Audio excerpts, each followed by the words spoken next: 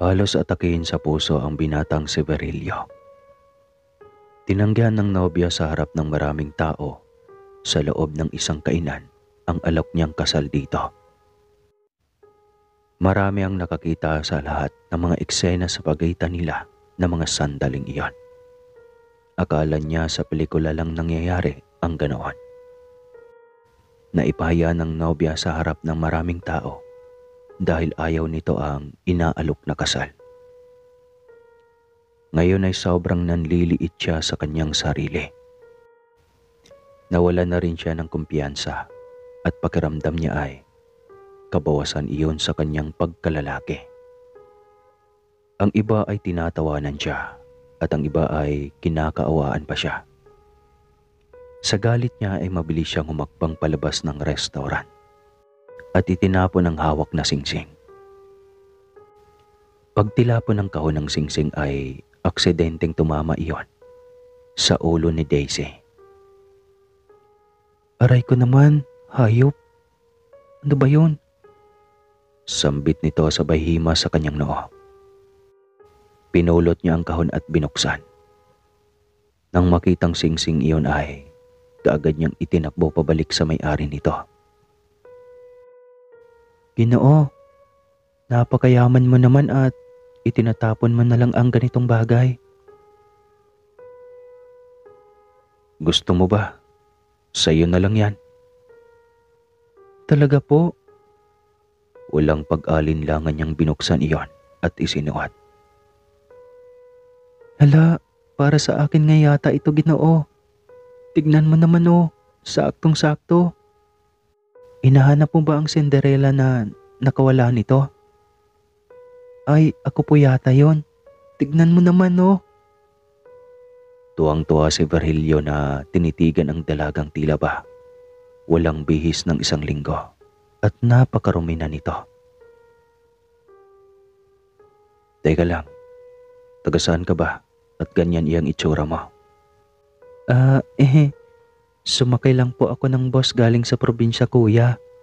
Kaya ito ako ngayon, palaboy-laboy. Nako, bakit ka naman sumakay ng bus nang walang direksyon kung saan pupunta? Ay, kesa naman lumipad na ako. Bigla nitong tinakpan ang bibig at sinulyapan ng binata. Anong sinabi mo? Ay, wala ho. Sabi ko ay bawal sa eroplanong sumakay galing probinsya. Palusot nito. Napailing na lamang si Virgilio. Naawa siya rito dahil halata namang gutom ito. Nagpakilala itong si Daisy, kaya nagpakilala na rin siya dito. Dinala niya ito sa bahay niya at pinakain. May mga damit na naiiwan sa kanyang aparador ang yumao niyang dating asawa, kaya iyon ang kanyang ibinigay sa dalaga. Kampante din ito rito. Wow! Ang ganda mo pala. Nagmumukha ka kasi kaninang babaeng grasa. Sa susunod, huwag ka nang maglayas ha. Ano? Gusto mo bang ihatid kita sa istasyon ng bus? Bibigyan kita ng pamasahe pa uwi. Naku po, wag sir. Ayoko. Pero bakit? Ayoko lang po. Ayokong lumipad. Ayoko. Uy, anong lumipad? Sumakay ng bus. Ikaw talagang bata ka. Paano ka ngayon? Baka pwedeng maglabadan na lang po ako dito. Napaisip ng matagal si Virgilio. Gusto niyang pagdudahan na modus ito. Ngunit kahit saang anggulo niya tignan ay napaka-inosente talaga nito. Ilang taon ka na ba? 18 na po ako sa susunod na buwan. Ganoon ba? Sige, dumito ka na lang muna sa bahay kung ayaw mo talagang umuwi pa. Ayaw ko talagang umuwi, sir. Dito na lang ako. Hindi na sinagot pa ni Virgilio. Mas lalo lang siyang maguguluhan kapag paulit-ulit nitong sinasabi na ayaw umuwi dahil takot umuwi. O sadyang paglipad ang tawag nito sa pagsakay ng bus. Ayaw na niyang isipin pa. Maligo ka muna bago kita papakainin.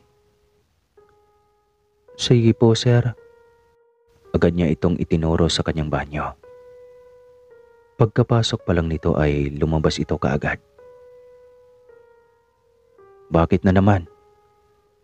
Kasi po sir, wala naman pong tabo ang balon dito. Anong balon? Walang balon dyan. Meron po sir, ito o. Pambihira si sir, di alam kung ano ang balon. Nang silipan niya kung ano ang itinuro nito, ay napatakip siya ng bibig. Huwag lang siyang mapabunghalit ng tawa. Naku naman Daisy, hindi iyan balon. Iyan ay bathtub. Balon din yata iyan sir, na English mo lang. Nailing na lamang siya at nalapitan na ito para pagbuksan ng shower. Dahil hindi malamang nito alam kung paano buksan. Hala, may ulan. Ay, ang ganda. Pwede ring maligo sa ulan sa loob ng bahay. Mahal ang magpagawa nito, sir. Ay, naku Daisy. Hindi yan ulan. Shower yan. In English mo lang ulit, sir eh. Kayo talagang mayayaman. Kay hilig nyo sa English. Porke kami ay laking bukid at walang pinag-aaralan. I-Englishin nyo lang para hindi kami magkaintindi. Ay, nako. Nailing na lamang si Varelio at hindi na ito pinatulan pa. Minsan ay kahirap din turuan ng mga katulad nitong napaka-ignorante.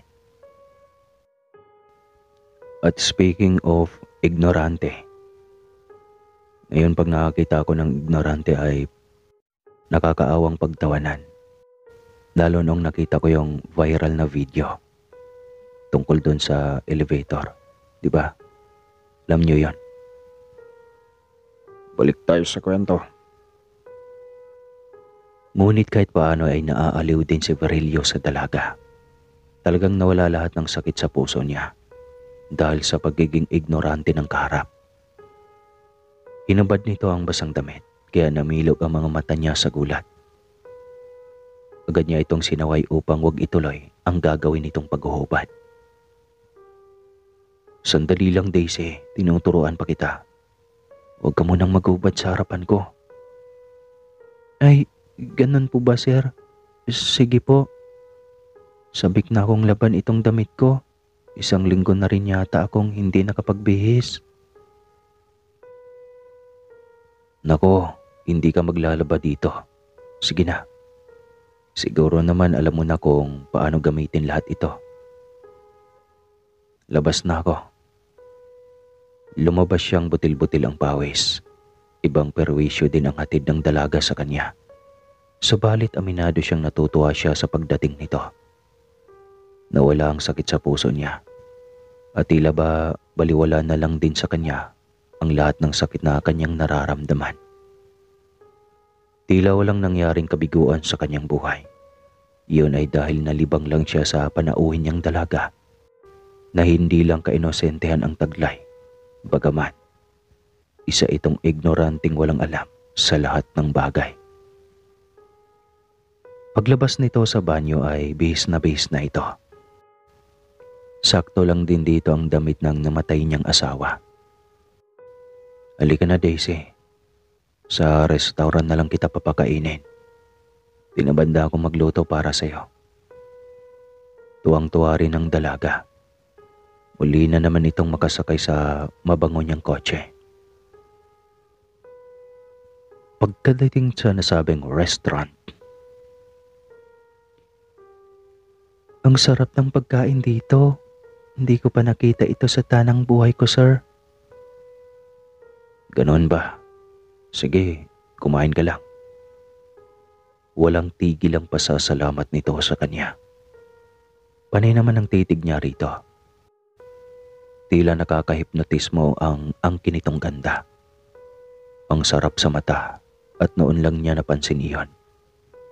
Nawala na sa alaala niya ang ginagawang pag-reject sa kanya ng nobya niyang si Noemi. Sinadya kaya ng Panginoon na dalhin sa akin ang dalagang ito. At tila sobrang timing naman ng lahat. Sa utak nito.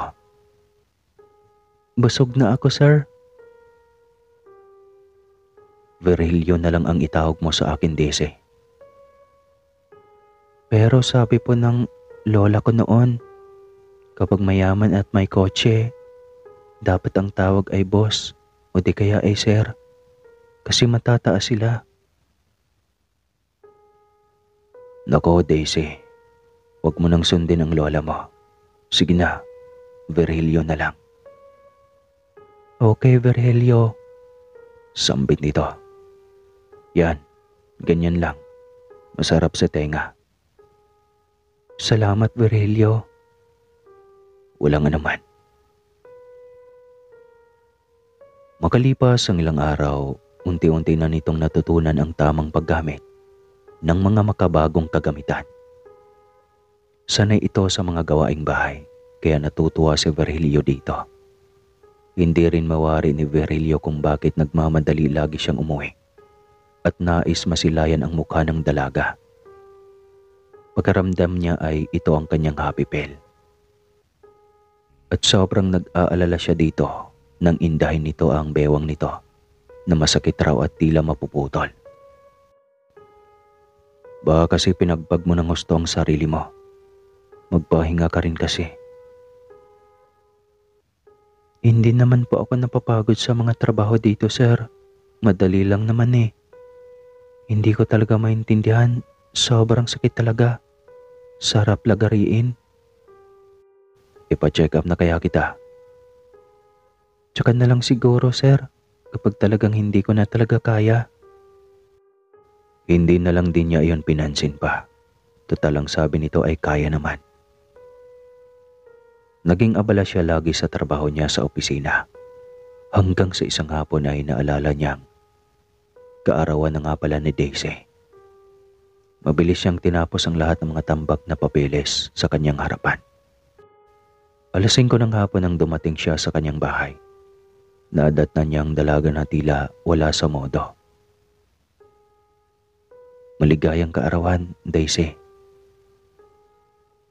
Salamat, Virgilio. Saan mo gustong ipagdiwang? Po? Saan mo gusto, sabi ko?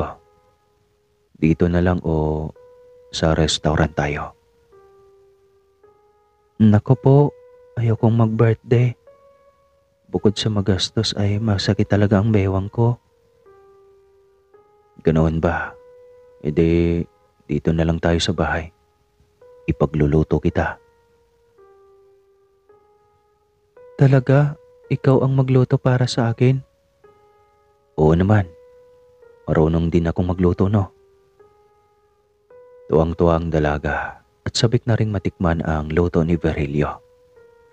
Kahit palagi itong nakangawi dahil sa iniindang sakit ay pinilit nitong ngumiti. Nakatulog ito sa sakit ng bewang at ginising lang ito ni Virgilio para kumain. Pagkagising nito ay sapon nito ang bewang habang naglalakad patungo sa kusina.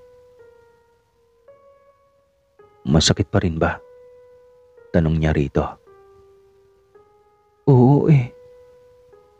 Mamaya, mamasahiin natin. Para kahit papano ay gagaan naman iyang pagkaramdam mo. Tahimik silang kumain at hindi pa man nangangalahati ang kain ng dalaga nang bigla itong naghuhumiyaw sa sakit ng balakang nito. Dadalhin na kita sa doktor. Tarantang wika ni Virgilio. Ngunit bigla na lang bumulwak ang dugo mula sa balakang ng dalaga. Naputol iyon at kasabay ng pagkaputol ng katawan ay ang pagtubo ng napakahabang pakpak nito sa likuran. Humaba ang mga kuko. Kumukulubot ang mga balat maging sa mukha. Humaba na rin ang mga pangil at nanilisik ang mga mata. Daisy, tanging sambit ni Virgilio. Gulat na gulat siya sa biglaang pangyayari. Hindi kailanman sumagi sa isip niya na isa itong nakakatakot na nilalang. At tila hindi rin naman ito nakakatakot. Ang gulo naman ata. Kinampay nito ang mga pakpak patungo sa bintana at lumayo ng lumayo. Naiwan siyang napatulala sa naiwang putol na katawan nito. Anong gagawin ko sa putol na katawan ni Daisy? Tanong niya sa kanyang sarili. Paikot-ikot siya sa mesa at pasulyap-sulyap sa putol na katawan na nasa upuan pa rin. Naiwang nakaupo. Babalik pa kaya yon? Malamang. Paano pa siya mabubuhay kung iiwanan niya ang mga paa niya rito? Para siyang baliw na kinakausap ang sarili. Hindi siya matutulog hanggat hindi nakakabalik ang katawan ni Daisy. Samantalang tuyot na ang lalamunan ni Daisy habang nag-iikot at naghahanap ng pwedeng maging biktima. Gustong-gusto na nitong lumunok ng sariwang dugo. Nanginginig ang lahat ng mga kalamnan nito. Dugo lang, sapat na, sambit niya. Nang may makita itong babuyan ay dumapo ito roon. Bahala na kung uusigin ito ng mga alagang aso sa paligid. Ang mahalaga ay makapambiktima at makainom ng sariwang dugo. Nang mabusog na ay tsaka lang nito naisip ang kapahamakan sa buhay nito. May babalikan pa kaya akong katawan? Paano kung naasin na iyon ni Virgilio? Ramdam nito ang takot habang kausap ang sarili. Akala ko naman ay dahil nakatakas na ako sa aking pamilya ay mawawala na ang bisa ng sumpa. Kahit pala hindi ako dadalo sa pagtitipon para sa pagdaos ng dibo ko, ay magiging manananggal pa rin ako. Hindi na talaga ako makawala sa sumpa ng angkan. Malungkot na saad niya. Sinubukan niyang umuwi. Nagpaikot-ikot muna siya ng bahay. Sinilip nito ang putol nitong katawan. Parang wala namang nangyari.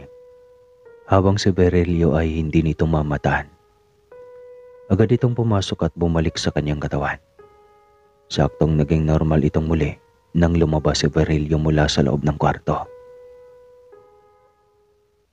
Ito ba? Ito ba ang sinasabi mo na ayaw mong lumipad? Oo, Virgilio. Ayaw kong lumipad. Ayaw kong maging kagaya ng aming angkan. Subalit ganoon pa rin, talaga yatang nananalaytay na sa akin ang angkan ko, ang pagiging manananggal. Hindi kumibo si Virgilio. Tinitigan lang niya ang kaawa-awang mukha ng dalaga. Halatang natatakot ito. Palalayasin mo na ba ako, sir?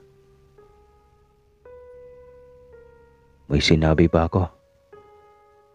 Wala naman po, kaso ay hindi naman po talaga ako nararapat sa ganitong lugar. Tama ang nanay. Dapat sa amin ay habang buhay nang magtatago sa gubat. Akala ko talaga ay hindi na ako magiging kagaya nila dahil wala namang seremonya na nagaganap. Yun pala ay ganoon pa din naman. Babalik din pala talaga ako sa kanila. Hindi ka babalik sa kanila. Papatayin mo po ako. Bakit kita papatayin? Kasi halimaw po ako. Alam ko ang tungkol sa inyo. Ang tungkol sa lahi niyo. Ganoon talaga. Malas mo dahil naging angkan mo ang mga nilalang na matagal nang isinumpa. Alam ko namang hindi mo ginusto yan. Piliin mo lang ang maging mabuting nilalang. Huwag na huwag kang mang-aabuso ng mga tao. Kaya lang naman galit ang mga tao sa kagaya mo ay dahil mayroong maabuso. Napangiti ang dalaga at mas lalo nito napagtanto na sobrang bait nitong tao. Hindi nito hinusgahan si Daisy. Hindi nito ipinagkanulo sa maraming tao at hindi pinalaya sa tirahan. Nagulat man si Virgilio sa nadiscovery na katauhan nito ay pinili pa rin niyang huminahon at intindihin ang dalaga. Pag-aaralin pa rin kita kung gusto mo, Daisy. Talaga po? Oo, kahit homeschool lang. Ang mahalaga ay makakuha ka ng tamang edukasyon. Kahit ano po, payag po ako. Kahit ganawa ng katauhan ni Daisy ay hindi niya ginawang husgahan. Bagkus ay inalalayan niya ito at parinotektahan sa lahat ng bagay. Hindi man malinaw para sa kanya kung bakit ganoon lang ang pagpapahalaga niya sa dalaga. Ang mahalaga lang sa ngayon ay magaan ang loob niya dito at masarap sa pakiramdam na may matutulungan. Gusto mo bang sumama sa opisina ko, Daisy? Wala ka namang klase ngayon, hindi ba? Talaga po, sir, isasama mo ko? Oo, para kapag handa ka na ay magtatrabaho ka na rin sa akin. Hala, gusto ko po yun. Sa'yo pala talaga ang negosyo na yun. Tuwang wika ng dalaga. Oo, pag-aari ko. Wow, hindi mo naman sinabi na may kumpanya ka pala. Akala ko lang ay manager ka o kaya ay supervisor lang. Hindi naman kasi dapat ipagyabang kung ano ang meron tayo. Ang mahalaga ay maging mabuti lang tayong tao. Ang mayayabang at arugante, hindi ang mga yan aabot sa rurok ng tagumpay. Pinagpala ng nasa taas ang taong mapagkumbaba. Iyon ang sekreto. Talagang napakabait mo, Virgilio. Sana lahat kagaya mo. Ay, wala nga palang kagaya mo. Madalas kasi ang tao, kapag mapera na, lumalaki ang ulo. Depende iyan, Daisy. Saka may nakatingin sa taas, may hahatol sa lahat. Itong mayroon ako ngayon, hindi ko alam kung hanggang kailan ito sa akin. Kasi lahat ng bagay ay hiram lamang. Walang permanente sa atin. Ang mahalaga, naging mabuti tayo noong iniangat tayo ng nasa taas. Dahil kapag abusado tayo, paniguradong ang nasa taas din ang gagawa ng paraan kung paano tayo ibabagsak. Kaya ka pala pinagpala dahil napakabuti mo. Kung tutuusin, pwede mo rin akong patayin sa ilang pagkakataon. Malungkot na wika ni Daisy. Patayin? Bakit naman? Dahil halimaw ako, manananggal, aswang, salot sa mundong ito. Daisy naman, hinaan mo yung bibig mo. Ikaw lang din ang nagpapahamag sa sarili mo. Napalingon siya sa kanyang paligid. Mabuti na lang at tila walang pakialam ang mga tao sa paligid nila. Halika na sa loob ng opisina. Hindi ko gagawing patayin ka dahil alam kong tao ka. Bulong ni Virgilio at hinilan siya papasok sa gusali na pag-aari nito. Hala, hagdan yan? Manghang tanong niya nang makita ang paakyat at pababang eskalator. Eskalator yan. In English mo na naman ulit eh. Nakangising sambit niya kaya nailing habang napatawa ng pagak si Virgilio. Hanip na hagdan, ano kayang nagpapatakbo niyan? Mahal sigurong sumakay dyan ano? Napalingon si Virgilio sa mga nagtatawanan at nagbubulungan na tao sa kanyang paligid. Bago pa siya tuluyang mapikon ay hinila niya ang dalaga patungo sa elevator. Ay ano naman to? Tanong na naman niyang muli. Tumahimik ka muna, Daisy, ang ingay mo. Pagbukas ng elevator ay hinila na niya ito papasok at isinara ng muli. Anong gagawin natin dito, Virgilio? Ano to? Bakit parang gumagalaw ang maliit na kwarto na ito? Halos mapiko na si Virgilio dahil dinaig pa ni Daisy ang batang paslit na walang alam sa mga bagay-bagay. Napaawang pa ang bibig ng dalaga nang makitang pagbukas ng pintuan ng elevator. Bumungad ang isang napagagarang opisina. Lahat ng mga gamit ay mamahalin at malinis. Nasa ikapitong palapag na tayo at ito ang aking opisina. Ang laki, Virgilio. Ang yaman-yaman mo naman. Ang tanga nung babae at tinanggihan pa ang alok mong kasal. Magbubuhay arena na siya sa piling mo.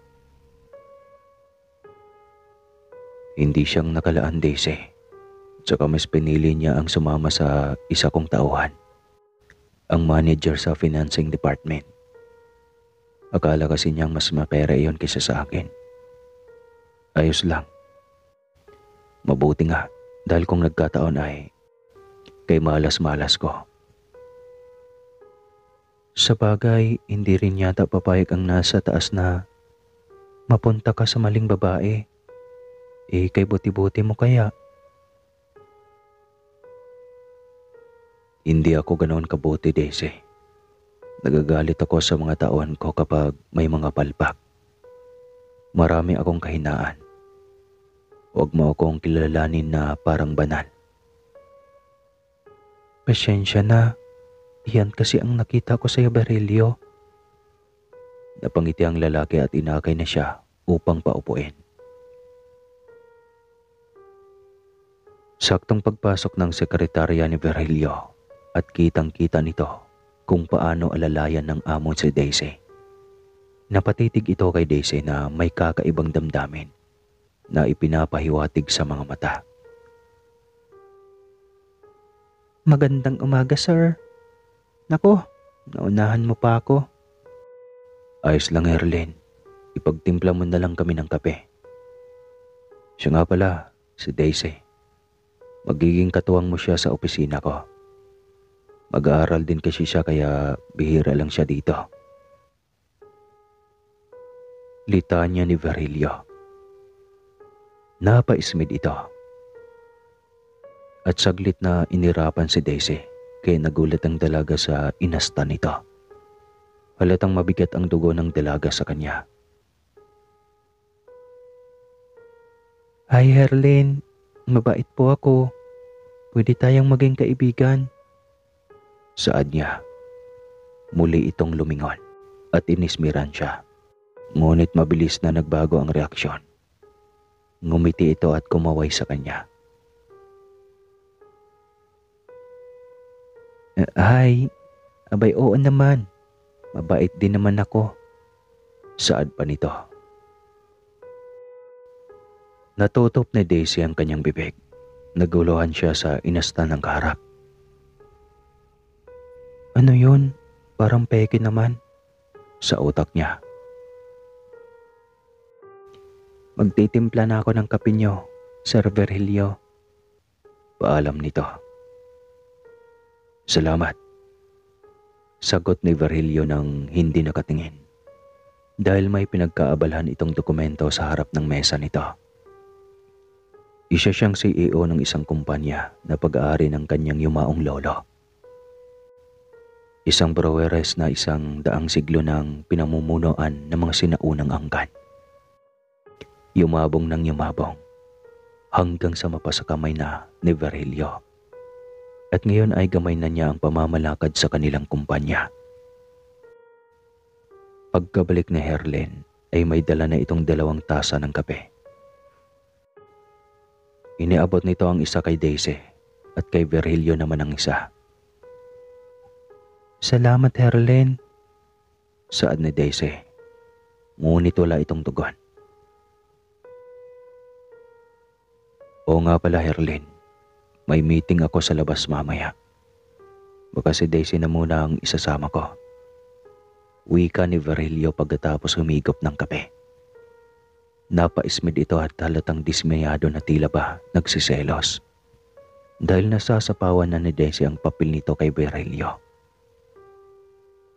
Nang magpaalam si Virgilio para magbanyo ay naiwan silang dalawa. At nakakuha ng pagkakataon si Herlin na tarayan si Daisy. Saan ka ba napulot ng amo kong lintaka? Paniguradong iba ang pakay mo sa buhay niya. Hoy Herlin, dahan-dahan ka sa pananalita mo ha. Hindi magandang pakinggan. Masakit kasi totoo, hindi ba? Abay, umaalingaso ang amoy mo ha. Amoy lansa. Naamoy kita. Natigilan si Daisy at napatingala sa sinabi ng kaharap. Literal ba? Malansa ako? Literal na literal. Alam kong ako lang ang makakaamoy ng sekreto mo. Kaya humanda ka sa akin, babae ka. Balak mo pang kunin ang pwesto ko kay Sir Virgilio. Hala, hindi po. Wala akong balak na ganoon, Herlin. Huwag ka nang magkaila. Halimaw. Saktong lumabas si Virgilio sa banyo. Kaya hindi na naituloy ni Herlin ang mga sasabihin pang masasakit na salita laban kay Daisy. Gulong-gulo ang utak ni Daisy kung paano nalaman ni Herlin na isa siyang halimaw. Hindi naman ito taga kanila. Siguradong hindi niya ito kakilala. Kaya imposible na alam nitong isa siyang manananggal. Kayong dalawa, bakit ang tatahimik ninyo? Tanong ng papalapit na si Virgilio. Nako po, sir. Nagkailangan pa yata kami sa isa't isa. Alam mo namang ngayon lang kami nagkita at nagkakilala. Sa bagay, sagot agad ni Virgilio at hindi nakatingin sa mga ito. Tahimik lang si Daisy habang balisa at nakayuko. Nakahinga lang siya ng maluwag nang makaalis na sila ni Virgilio patungong appointment nito.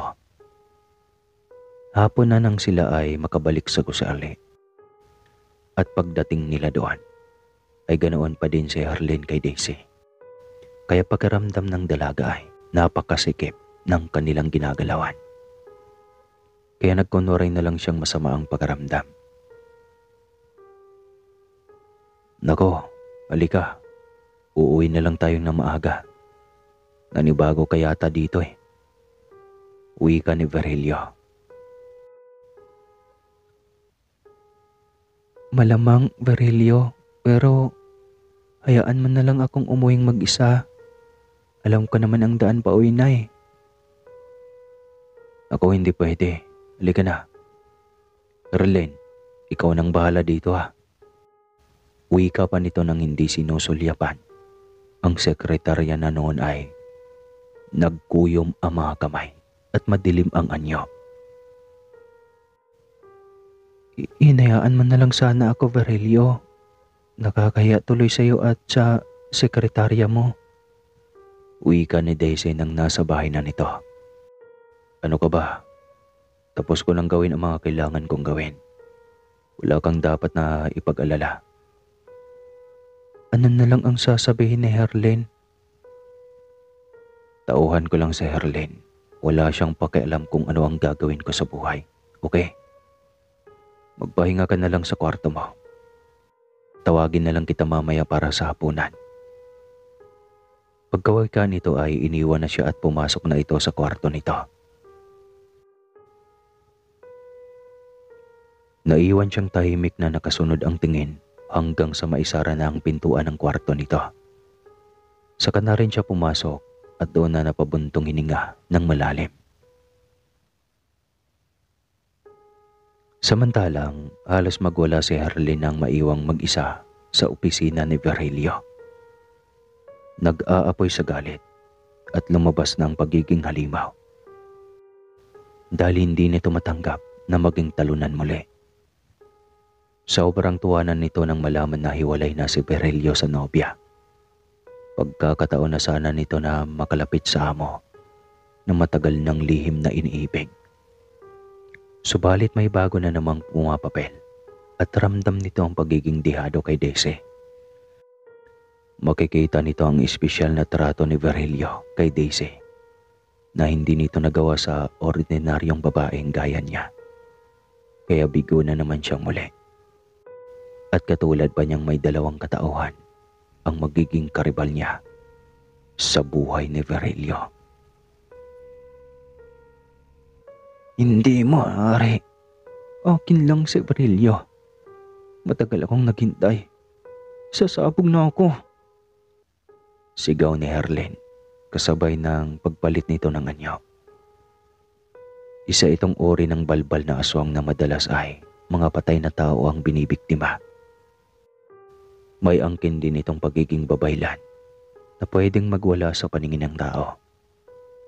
At sa pagkakataong iyon, imbis na bangkay ang bibiktimahin nito, ay isang kasamaan sa gusaling iyon.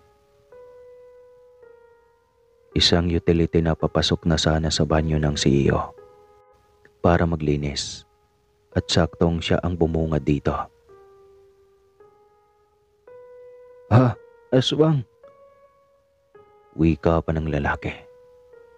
Tatakbo sana itong palabas ngunit napakabilis kumilos ni Herlin. Hindi ka pwedeng umalis. Hindi ka pwedeng makaligtas. Huwag! Sigaw ng Crow. Pilit lumaban nito ngunit hindi nito magawa. Malas mo. Bakit ka ba kasi pumasok dito? Hindi ikaw patuloy ngayon ang magiging biktima ko. Wika ni Herlin at walang awang nilapa na ang biktima. Pagkatapos mapugto ang hininga nito ay pinaglaruan na ng dalaga ang balbal ang katawan ng lalaki. Nilasog-lasog ang katawan at pinagpira-piraso. Ikinalat iyon sa buong opisina ni Virelio. Tsaka humalakhak ng sobrang lutong. Kinabukasan, kasama pa rin si Daisy sa opisina ni Virelio. Matagal pa bago magpasukan. Kaya maraming araw pa itong magkakasama ni Virelio. At aminado itong mas naging ganado ito sa trabaho kapag kasama ang dalaga. Ngunit ganoon na lang ang pagkagimbal nito nang bumungad ang napakaruming opisina. Umaalingasaw ang mabahong amoy at nagkalat ang katawan ng hindi na makikilalang tao. Isa lang ang alam ni Virelio. Tauhan niya ito. Ano to? Tanong pa niya habang napatakip ng ilong. Naduduwal na rin ito. Habang si Daisy ay gulat na gulat din at umiikot ang tingin sa pera-perasong katawan. Hindi ito nakaramdam ng pagkadiri, bagkus ay bangong-bango ito sa nakahain na pagkain sa harapan. Subalit pinilit nitong magbigil. Daisy. Tugon ni Virelio na kakaiba ang tono. Napatingala dito si Daisy. Tila nahulaan naman niya ang nais ipahiwatig ng mayamang binata. Ay, hindi ako ha. Hindi ako. Hindi ko gagawin ito sa opisina mo mismo. Sino ang gagawa nito? Ikaw lang ang kilala kong aswang, Daisy. Ano? Ibig mong sabihin ay sa akin mo inaakusa ito? Biglang nanubig ang mga mata ni Daisy sa nahimigan mula sa bibig ng binata. Gulong-gulo ang isipan ni Virelio habang maingat na lumapit sa telepono para tawagan ang otoridad at mailigpit na ang katawan ng tauhan. Habang nagdadayal ay hindi nito namamalayan ang paglabas ni Daisy na bitbit ang sama ng loob. Saktong nakasalubong nito ang sekretarya na ngiting-ngiti sa kanya. Oh, hi Daisy. Ang aga niyo ah. Tsaka bakit ka nandito sa baba? Mamaya, hinahanap ka na ng boss ko. Wika pa nito. Hindi siya sumagot at dire-diretso lang na lumabas. Sinundan siya ng tingin ni Harley na nakangiti pa rin. Nag-uumpisa na ang laraw, Daisy. Wika pa nito sa sarili. Pagkaakyat nito ay bumungad kaagad ang parot paritong amo sa harapan ng pinto ng opisina nito. Magandang umaga po, Sir Berilio. Bakit nandito kayo sa labas? Anong oras ka umalis kahapon? Balik na tanong nito. Naku, maaga rin po, sir. Bakit po ba? Kalmadong sagot nito sabay bukas ng pinto. Ay! Sigaw nito nang makita ang nagkalat na katawan ng tao. Nailing na lamang si Berilio sabay lamos ng muka. Saktong pagdating ng mga ipinatawag niyang otoridad. Sir, anong nangyari? Tanong kunwari ni Herlin. Hindi ko alam. Tumabi ka dahil nariyan na ang mga magliligpit ng bangkay. Humanda ka na rin dahil siguradong isa ka sa iimbestigahan. Baka kasi nag-aalaga ka ng halimaw nang hindi mo alam, sir. Paranig pa nito. Napatingin lang si Berilio dito at hindi na nagbigay pa ng reaksyon. Hindi na siya nag-aksayang hanapin si Daisy dahil alam nito sa bahay lang din niya ito uuwi. Hindi alam ni Berilio kung bakit tila na konsyensya siya sa pang-aakusa sa dalaga. Pagkaramdam niya ay may mali sa paligid niya. Gulong-gulong na ang kanyang isipan sa mga sandaling iyon. Samantalang kasabay naman niyang umuwi kahapon ang dalaga. At medyo masama pang pakaramdam nito. Pagkatapos ng lahat, maging ng mga panayam at investigasyon ay umuwi na rin siya ng maaga. Nag-aalala rin siya kahit papano sa dalaga. Pauwi na siya nang biglang bumungad sa kanyang harapan ang kanyang sekretarya. Uuwi ka na po ba, sir? Naku naman ni Harlene, nakakagulat ka naman at bigla ka na lang sumisipot mula sa kung saan. Ay, ang lalim kasi ng mga iniisip mo. Kung kaya't nawalan ka na ng malay sa mga nakapaligid sa iyo. Pasensya na, Harlene. Pwede ka na rin umuwi. Sa susunod na araw ka na rin bumalik. Sige po, sir. Ingat ka, ha? Baka kasi nag-aalaga ka ng halimaw eh. Wika ulit nito. Herlin, anong alam mo? Di mapigil niyang tanong. Ha? Wala akong alam. Kako ko lang. At nang maging alerto ka rin. Sige po, mauna na ako. Ay. Tanging pagbuga ng hangin ang kanyang nagawa habang sinusundan ng tingin ang sekretarya. May alam kaya siya sa sekreto ni Daisy?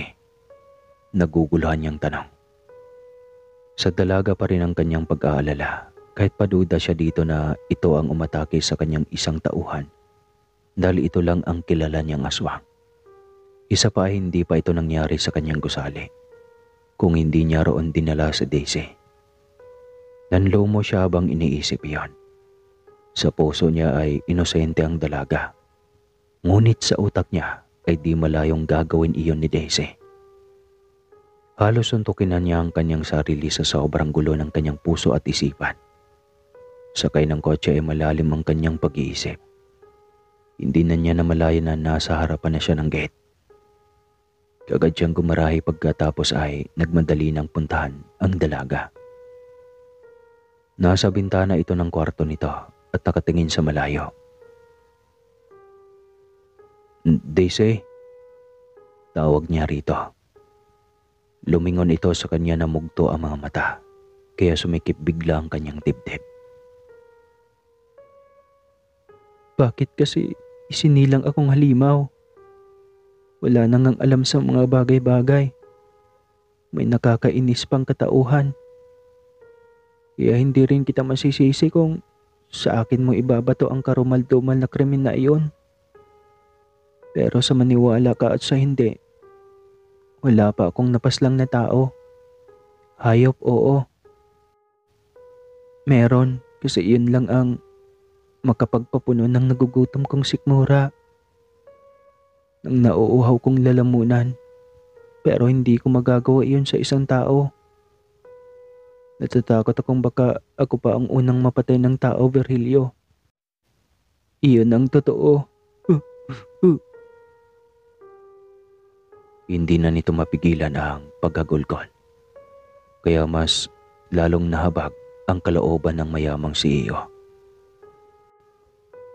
Pasensya na, Daisy. Gulong-gulo lang kanina ang isipan ko. Pero naniniwala na ako sa iyo. Alam ko na hindi mo kayang gawin ang bagay na iyon. Pasensya na kung napag-isipan kita kanina ng masama. Alam ko naman na isa kang mabuting nilalang. Alam kong inosente ka. Huwag kang mag-alala. Hahanapin natin ang salarin. Managot ang dapat managot. Napatakbo ito at napayakap sa kanya ng mahigpit. Talaga? Naniniwala ka na sa akin? Oo. Nakikita ko ang katotohanan sa mga mata mo. Salamat naman kung ganun, Virgilio. Huwag kang mag-alala. Tutulong akong mahanap ang walang puso ng may gawa niyon sa iyong tauhan. Magtutuos kami balang araw. Halimaw laban sa halimaw. Anong ibig mong sabihin, Daisy? Huwag mo nang ipahamak ang sarili mo. Ako na ang bahala sa bagay na ito. Pero Virgilio, may magagawa din naman ako. Marami akong pera. Napatingala na lamang si Daisy matapos kumalas mula sa pagkakayakap sa binata. Ilang buwan pa lang niya itong nakilala ay panatag na ang kanyang loob dito. Basta naniniwala ka ng hindi ako yon. Oo nga, hindi na ikaw iyon. At ako na ang bahala na mahuli ang halimaw na iyon. Huwag mo nang ipahamak pang iyong sarili. Sige, sabi mo eh. Nakangiting sagot niya dito. Subalit sa utak niya ay interesado pa rin siyang alamin kung sino ang katulad niyang halimaw na nananalakay sa isa sa mga tauhan ng taong sumagip sa kanya mula sa pagiging palaboy sa kalsada. Makalipas ang 3 araw, ay balik na sa operasyon muli ang kumpanya ni Virgilio. Sisimulan na niyang kilalanin ang kanyang mga tauhan. Malakas ang kutob niyang nasa loob ang salarin. Kasama pa rin niya si Daisy patungong opisina. Hindi niya magawang iwanan ito sa bahay dahil pakaramdam niya ay may nakaambang panganib dito. Sinalubong sila kaagad ni Herlin, dala ang masamang balita. Bakit ganyan na yung itsura mo? Tanong ni Virgilio dito. Kasi sir, halos kalahati ng mga tauhan mo ang nag-immediate resign dahil natatakot na baka maging kasunod na biktima ng halimaw. Saan nito? Napatingin si Virgilio kay Daisy. Hindi ito makapagsalita. Bakit kasi may halimaw dito sa loob ng gusali na to? Wala namang ganito dati nung hindi pa dumating dito ang isa dyan. Wika pa ni Herlin. At sino naman ang pinaparinggan mo Sabat ni Daisy nang hindi makatiis. Bakit? Ikaw ba ang halimaw na iyon? Bakit parang nasasaktan ka nung sabihin kong may halimaw dito sa loob? Abay hindi ko magagawa sa tao iyon. Mabilis na depensa ni Daisy sa sarili.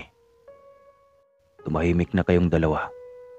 Ikaw, Herlin, hindi ko gusto ang tono ng pananalita mo kay Daisy. Saway ni Virgilio. Bakit, sir?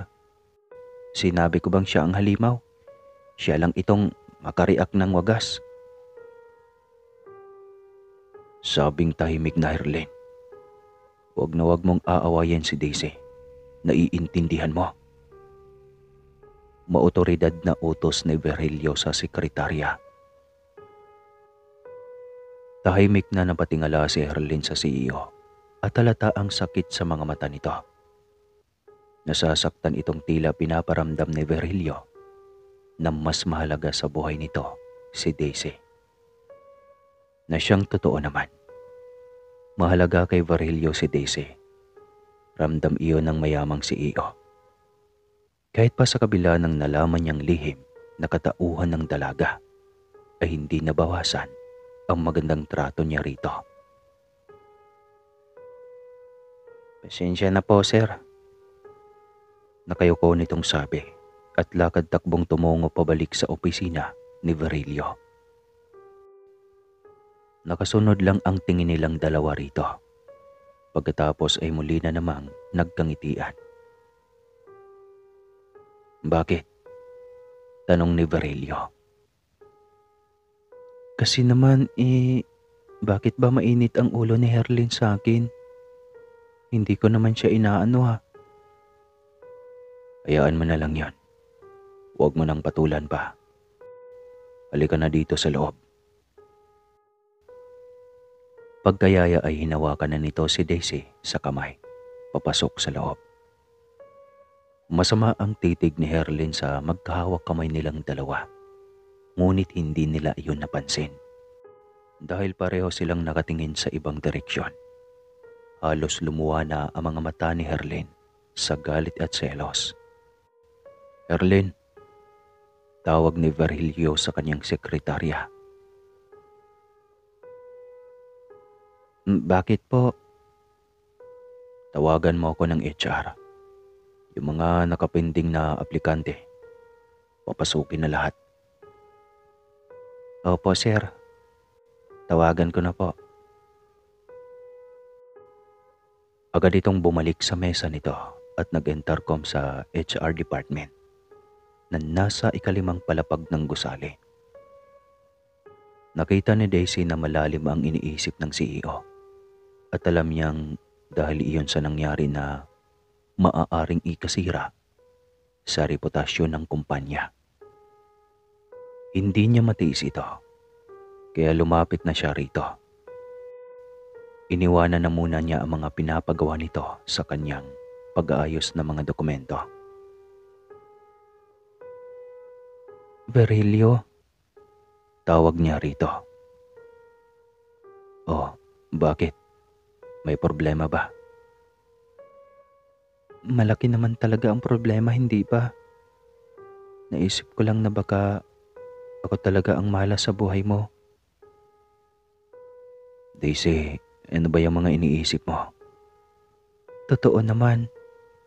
Hindi mo naman danas ang ganitong problema noong hindi pa ako nakigulo sa buhay mo, di ba? Kaya naisip ko lang na kung umuwi na lang kaya ako. Daisy. Tumakas ako sa amin dahil natakot ako maging kagaya ng nanay ko pag sumapit ang 18. Wala namang nangyari. Hinabol pa rin naman ako ng sumpa. Kaya ano pang ginagawa ko rito? Pero issue lang ang dala ko sa buhay mo, Virgilio. Ay naku Daisy, huwag mo ngang isipin yan. Hindi ka pwedeng umalis. Mag-aaral ka pa. Marami pang magandang bagay ang mangyayari sa buhay mo. Kaya huwag kang mag-isip ng mga negatibong bagay. Nandito ako lagi para sa iyo. Nakangiti nitong sabi. Sabay himos ng likod niya. Bakit sobrang bait mo, Virgilio? Hindi naman sobra. Sige na kasi. Tapusin mo na yung mga pinapagawa ko sa iyo. Isa magdrama ka dyan. Walang audition dito ng pagiging artista Napatawa siya sa sinabi ng CEO. Nailing na lamang siyang bumalik sa harap ng makapal na dokumento na pinapaayos sa kanya nito. Ang hindi nila namalayan ay ang dalawang pares na mga mata na kanina pa tila lamunin na sila nito dahil sa galit at selos. Ginabi sila ng uwi dahil tambak ang mga trabaho. Maging si Herlin ay sumabay na rin sa kanila. Hinayaan lang din ito ni Virgilio dahil marami din naman itong ginagawa. Saktong nasa paradahan na sila ng sasakyan nang biglang napatigil si Daisy sa paglalakad. "Bakit?" tanong ni Virgilio dito. "Ang sakit ng balakang ko, parang... Virgilio, magiging manananggal ulit ako." Sagot ni Daisy na napapikit ang mga mata. Hawak ang kanyang balakang. Tiningala ni Virgilio ang buwan. Sobrang laki nito. Kabilugan kaya hindi na siya magtataka pa kung lalabas ang katauhang halimaw ng dalaga. Inikot niya ang kanyang paningin. Wala na si Herlin. Sa bagay, sa entrance iyon dumaan kanina. Dahil doon madalas dumadaan ang mga taxi. Samantalang sa exit sila dumaan dahil nasa likod na kaparada ang sasakyan ni Virgilio. "Hindi ko na kaya. Mapuputol ng katawan ko, Virgilio."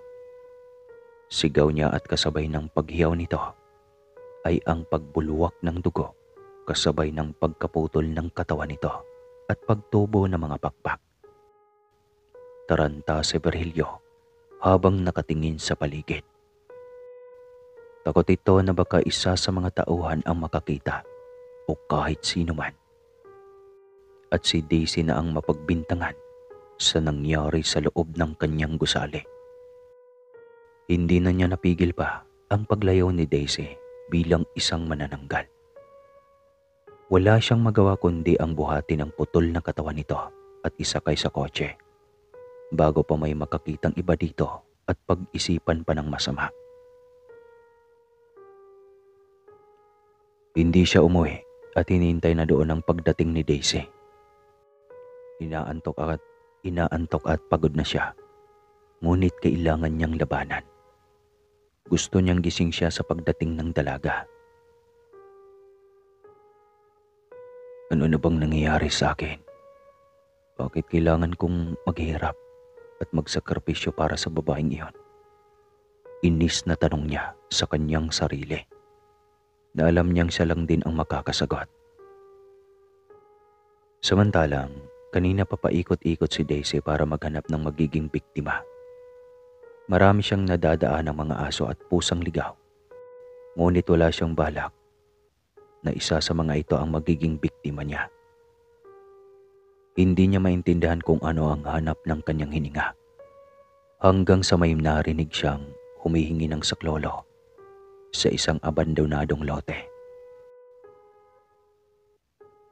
Agad siyang tumungo sa direksyon na iyon. Isang buntis ang sapilitang makawala sa isang nilalang. Isa rin itong uri ng aswang, kaya mabilis niya itong nilapitan. Amoy na amoy niya ang napakasarap na putahe sa tiyan ng buntis. Subalit pinilit niyang iwaglit iyon dahil ang pakay niya ay tulungan itong makawala sa isang aswang na kagaya niya. Para itong malaking aso na nagbabaga ang mga mata. Ngunit base sa alindog nito, ay alam niyang pareho niya itong babae rin. Pero may kalmot na ang mga braso ng buntis, gawa ng pagdepensa sa sarili. Hindi na siya nag-aksaya pa ng oras at mabilis na hinila palayo ang aswang na umaatake sa buntis. "Pakialamera kang hayop ka. Akin siya. Maghanap ka ng mabiktima mong iba dahil ako ang nakahanap sa kanya." Bulyaw nito sa kanya. "Wala akong balak na maging biktima siya. Ale, Tumakas ka na, dali. Utos pa niya sa babaeng buntis. Walang salita itong tumayo at paika-ikang humakbang papalayo. Pakialamera ka talaga. Kala mo naman kung anghel ka, porket lumilipad ka at may mga pakpak. Hoy, pareho lang tayo na inaabangan ang agalon natin sa impyerno. Sigaw nito at humahalakak na. Ayaw makipagtalo dito ni Daisy. Kaya iniwanan na niya ito at sinundan ang buntis para gabayan. Subalit sinundan din ito ng nilalang at balak ulit na biktimahin. Kaya wala siyang magawa kundi ang harangan ito at makipaglaban na. Buong lakas niyang hinampas ito ng kanyang mahabang pakpak. Tumilapon ito ngunit mabilis rin na naibalanse ang katawan at naitayo ang sarili. Galit na galit itong nakatingin sa kanya at nagbabadyang sumungod sa kanya. Kinampay niya ang kanyang mga pakpak upang maitaas ang sarili at hindi maabot ng nilalang. Mabuti na lang at isa itong uri ng aswang na walang kakayahang lumipad, kaya hindi siya nito maabot. Sinisiguro lang niyang ligtas ang babaeng buntis bago niya iwanan at nakahanap na ng kanyang magkakain. At nang makabalik na siya sa kanyang putol na katawan, nang masigurong ligtas na ito ay tsaka lang niya iniwan ang gigil na gigil sa kanyang nilalang. Subalit may nakakita sa kanya habang lumilipad siya. Manananggal! Tako, sinusundan ka ng manananggal! Dinig niyang sigaw ng isang matandang babae. Lagot, sana ipagtanggol mo rin ako, Ale. Mahinang sambit niya habang papalayo. Hindi na niya alam kung saan na nagtungo ang katulad niyang aswang rin dahil nagtago na rin ito nang makitang malapit na sila sa mataong lugar. Nang tuluyan na siyang makalayo sa mga ito, ay agad siyang naghanap ng pwedeng mabiktima. Wala na siyang sinayang na oras. Nang makita niya ang isang asong palaboy, ay ito kaagad ang kanyang binalingan. Kahit pa parang ayaw niya ito. Tila gusto ng kanyang hininga ang karne at dugo ng tao na siya namang pinipigilan niya. Nag-aalala siyang kapag naumpisahan na niya ay iyon na ang madalas niyang hahanapin. Kaya pinagkasyanan niya ang kanyang sarili sa mabahong aso kaysa tuluyan na siyang maging isang masamang halimaw. Pagkatapos busugin ang sarili ay umalis na siya roon at mabilis na bumalik sa pinag-iwanan niya ng kanyang katawan. Ngunit laking gulat niya nang makitang inilabas iyon ni Virgilio mula sa loob ng kotse nito. Matapos siyang maibalik sa normal ang sarili, ay hindi niya matitigan ang kaharap dahil hiyang-hiya siya rito. Nag-aalala ako masyado sa iyo. Bakit bang tagal mo? Kala ko may masamang nangyari na sa iyo. Uwi ka nito. Pasensya na, Virgilio. Lagi pa kitang napeperwisyo. Bakit mo pa ako hinintay? Umuwi ka na sana. Bakit ko gagawin yon? Tsaka paano kung may ibang makakadaan dito at makita ang putol na katawan mo? Salamat sa pag-aalala mo sa akin, Virgilio. Wala iyon. Halika na, uwi na tayo. Gutom na ako. Uwi ka pa nito. Mas lalo siyang nakaramdam ng konsyensya. Alauna na ng madaling araw.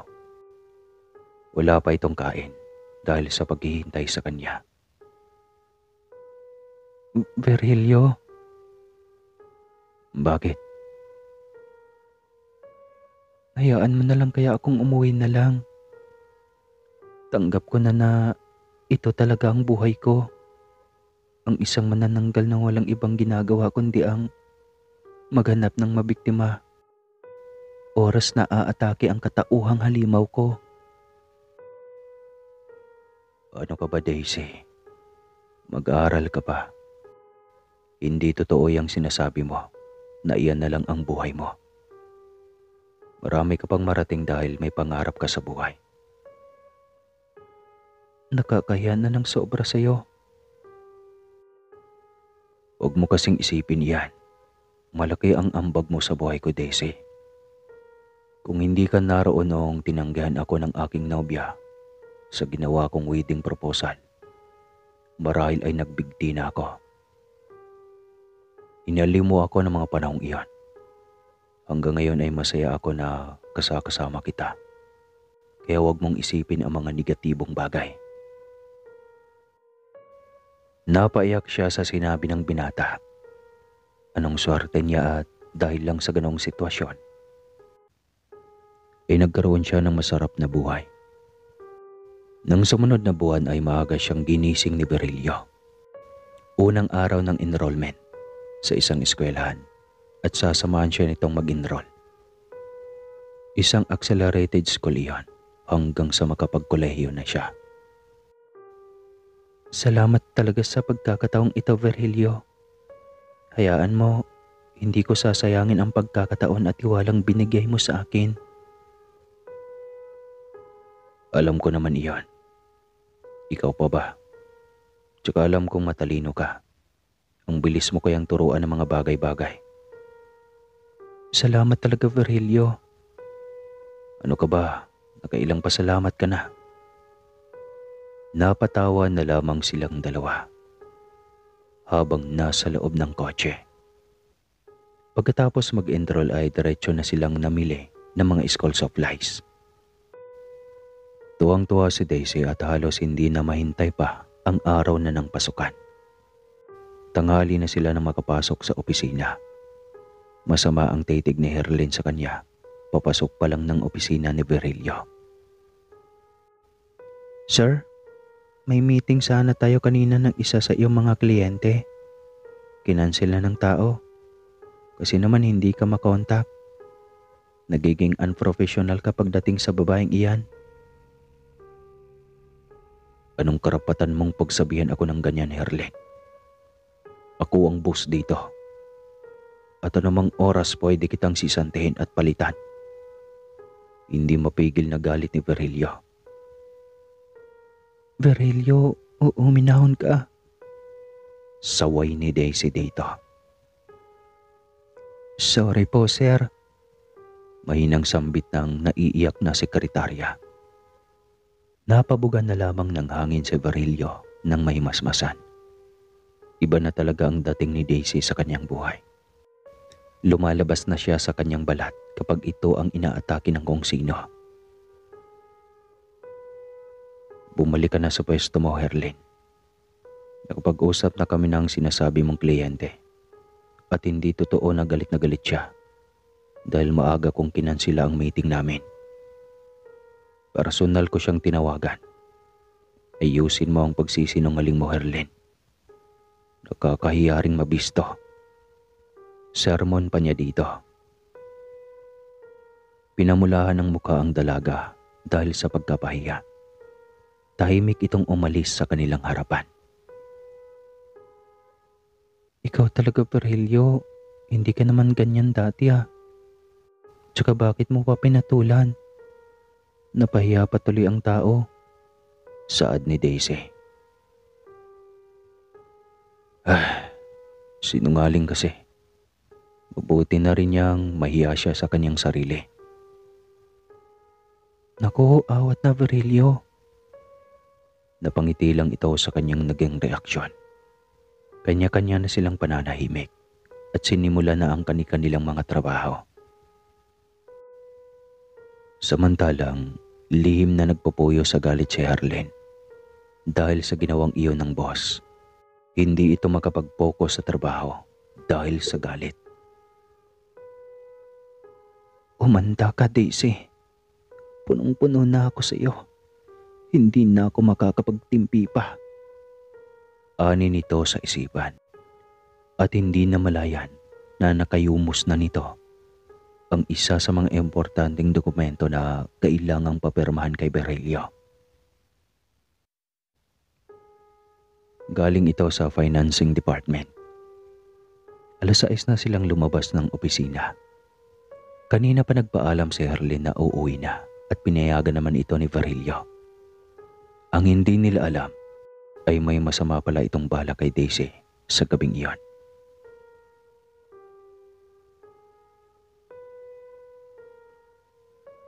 Halika na, Daisy. Ginabi na naman tayong muli. Oo nga eh. Ang sipag mo sobra. Di na nakapagtataka kung bakit ganito katagumpay ang inyong kumpanya. Tumawa lang si Virilio. Ang hindi nila inaasahan ay ang makasalubong nila sa gabing iyon, ang isang uri ng aswang. Sobrang itim at haba ng mga balahibo nito sa katawan. Nagbabaga ang mga mata at naglalaway. Mukha itong aso na hubog tao ang katawan. Katulad sa nilalang na umatake sa buntis na iniligtas noon ni Daisy. Hayop! Ito malamang ang nang-atake sa isa kong tauhan. Wika ni Virilio. Iyan din yata ang umatake sa buntis noong kabilugan ng buwan na iniligtas ko. Saad naman ni Daisy. Napalunok siya ng laway dahil sa takot. Wala siyang kakayahan na labanan ito dahil nasa normal na katauhan siya. At hindi naman niya alam kung kailan iyon dahil kusa lang yung atake at madalas ay kabilugan ng buwan. Naalala niya ang kanyang ina. Anumang oras na gustuhin itong magiging manananggal ay magagawa nito.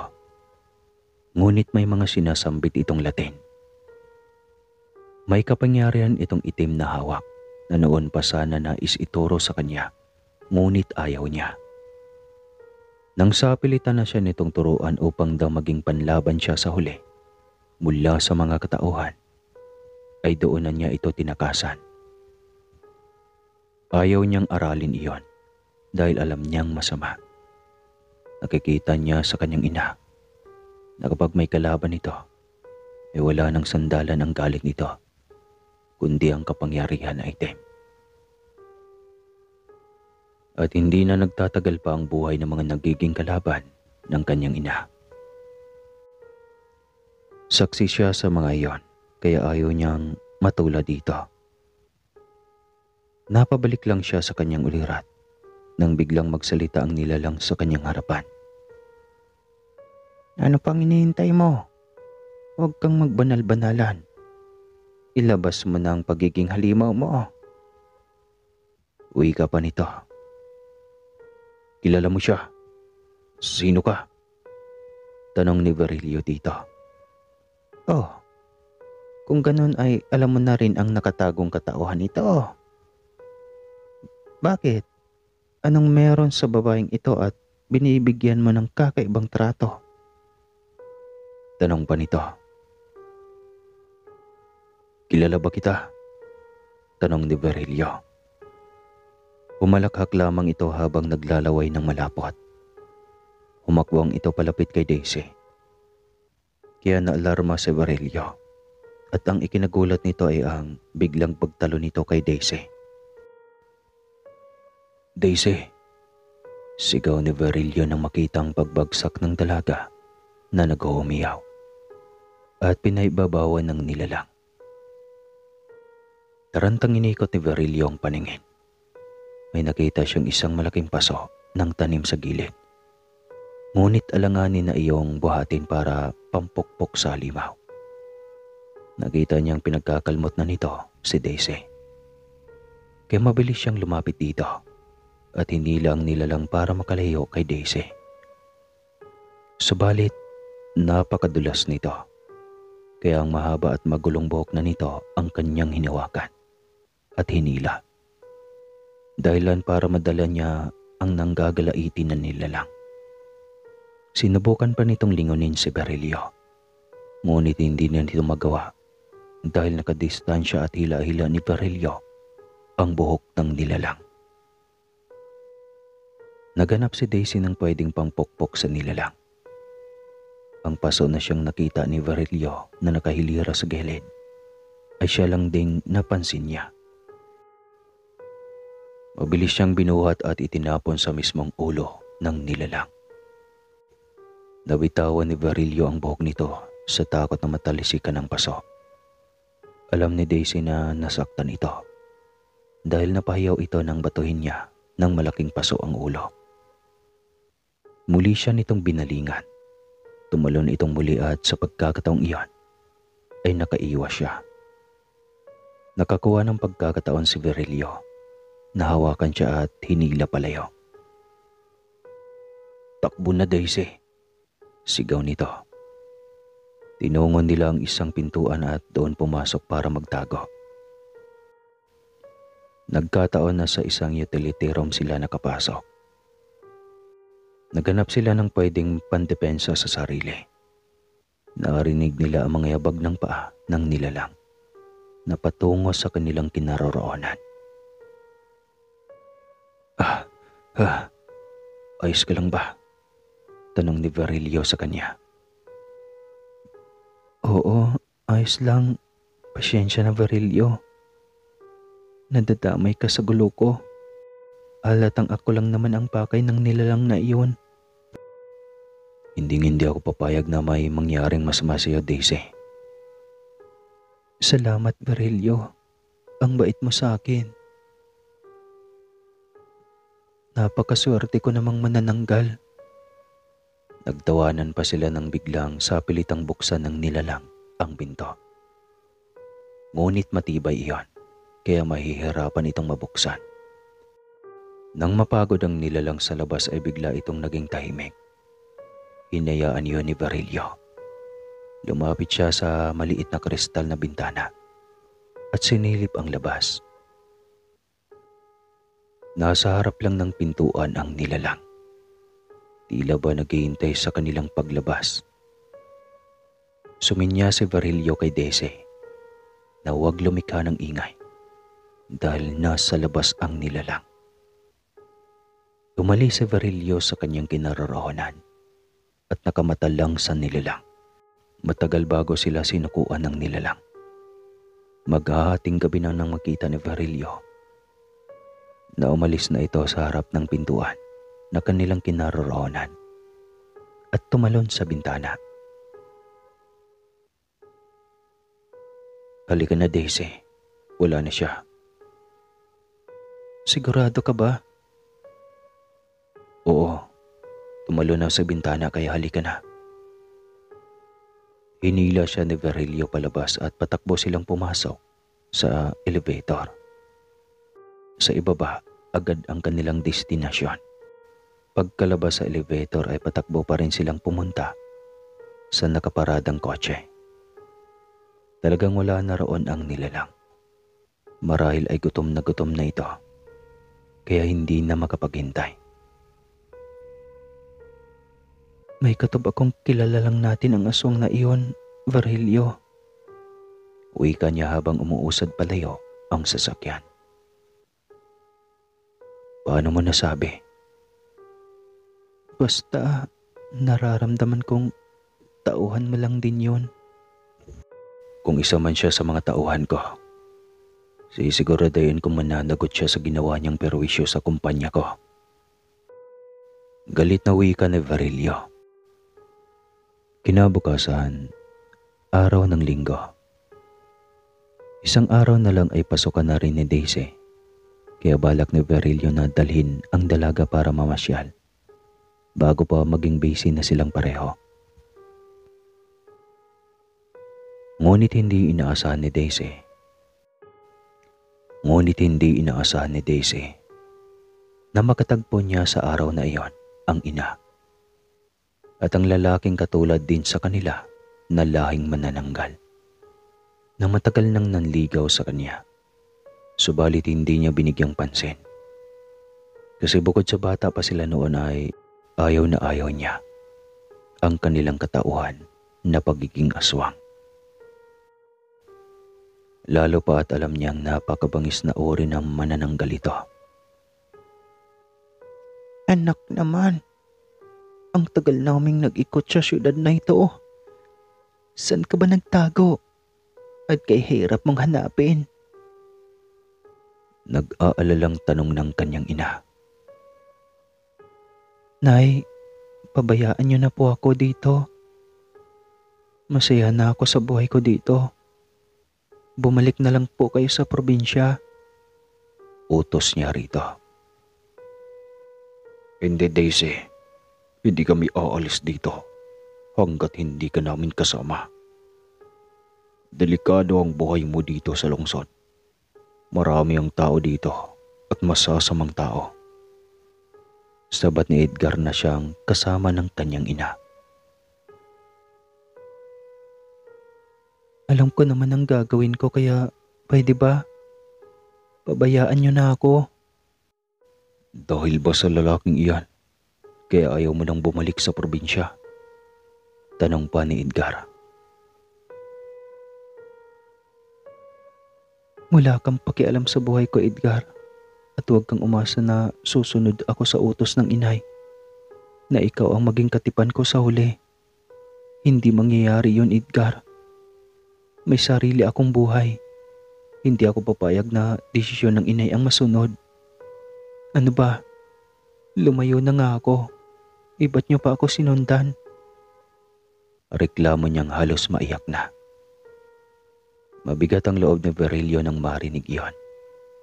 Hindi niya alam kung bakit tila ba biglang bumigat ang loob niya sa lalaking kaharap.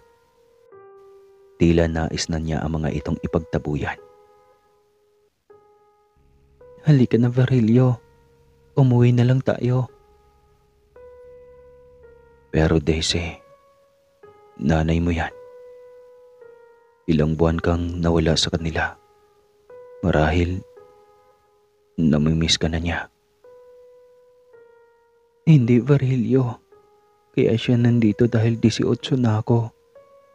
Gusto niyang maikasal ako sa halimo na Edgar na iyan. At hindi ako papayag. Pagkarinig ni Virilio sa kanunay, walang pag-alinlangan na siya nitong hinila nang walang paalam sa mga kaharap. Bastos mang matawag iyon ay hindi pa rin pumasok pa sa isipan ni Virilio, lalo na noong marinig niya ang salitang kasal. Napagtanto niyang kaya sobrang halaga sa kanya si Daisy ay dahil napamahal na ito sa kanya. Daisy, huwag mo akong talikuran. Sigaw ng ina ni Daisy. Kaya mas lalo pang binilisan ni Virilio ang paghakbang. Halos patakbo na iyon para kay Daisy sa sobrang laki ng mga hakbang ni Virilio. Pagkapasok sa loob ng sasakyan ay agad nitong pinaandar ang makina. At bago pa makalapit ang ina ni Daisy at ang kasama nito, ay nakalayo na ang kotse. Pagdating sa bahay ay pareho silang tahimik.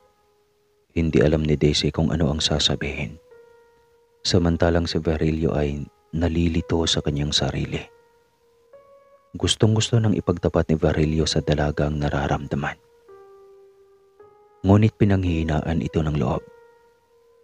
Napakalaking agwat nila sa isa't isa at natatakot siyang mabigo sakaling magtapat siya kay Daisy.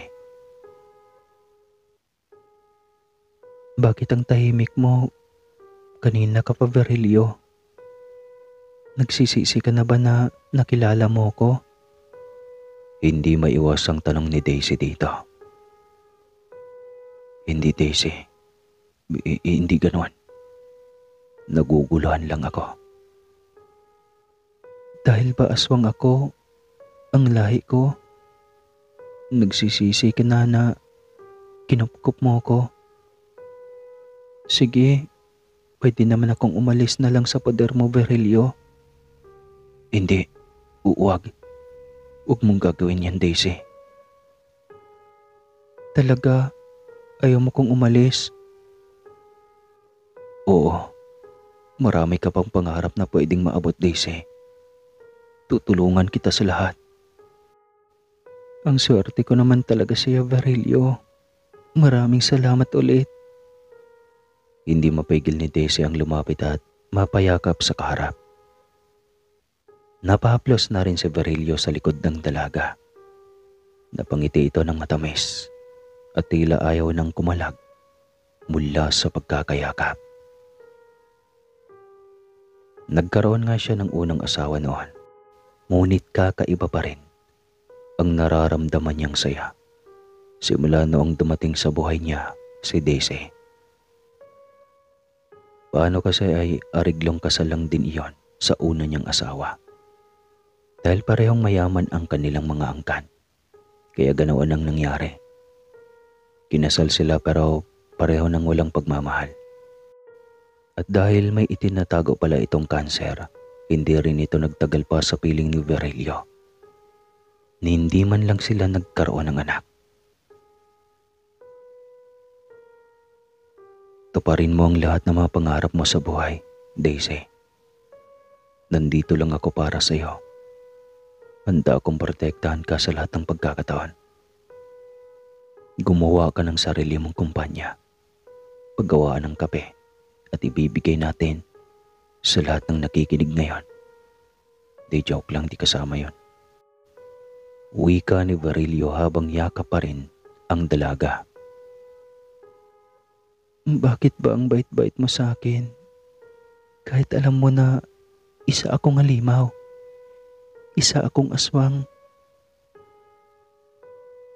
Hindi mo naman ginusto maging manananggal, Daisy. Huwag mo nang isipin yan. Tao ka pa rin. Maraming pangarap na gusto mong matupad. Huwag mo nang isipin ang mga negatibong bagay sa buhay mo.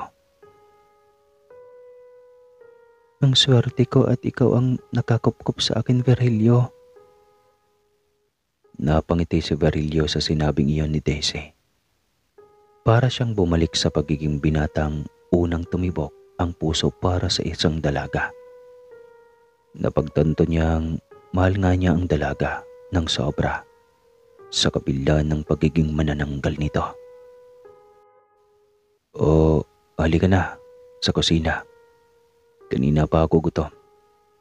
Kakain sana tayo sa restaurant kung di tayo natunto ng iyong ina. Iyaya ni Virilio sa dalaga. Iyan ang pinag-aalala ko, Virilio. Ang alin? Ang matuntun tayo ng ina dito. Isa rin siyang babaylan kaya hindi imposibleng matuntun niya ang bahay mo.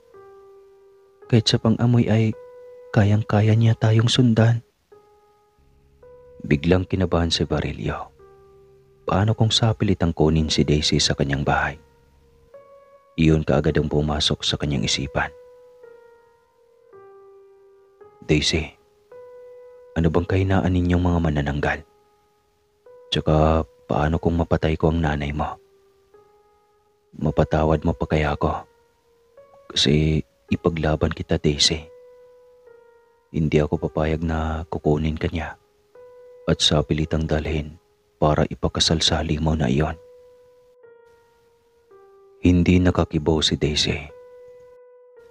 Naguguluhan din siya sa mga nangyayari sa kanyang buhay.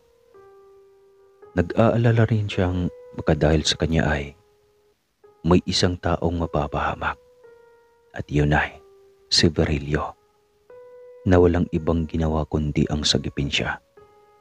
Binigyan ng magandang buhay at handang tulungan sa lahat ng kanyang mga pangarap. Alam ko na, Virilio. Maraming bawang. Kailangan mo ng maraming bawang. Anya rito. Anong gagawin natin sa maraming bawang? Takot kaming mga aswang sa bawang. Kaya kung napansin mo, hindi ako kumakain sa mga nagisa sa bawang na pagkain. Kasi ayaw namin ang amoy ng bawang. Nangihina kami sa amoy ng bawang at naduduwal. Ano ngang gagawin natin sa bawang? Ilagay natin sa lahat ng bintana at pintuan para siguradong hindi makakapasok sila nanay at kung sino mang mga kasamahan niya.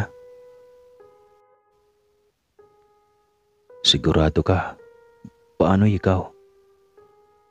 Sa labas naman ilagay yan, kaya sa labas lang mangangamoy ang bawang. Ligtas pa rin ako sa loob. Sige. Bibili tayo ng maraming bawang. Sagot ni Virilio.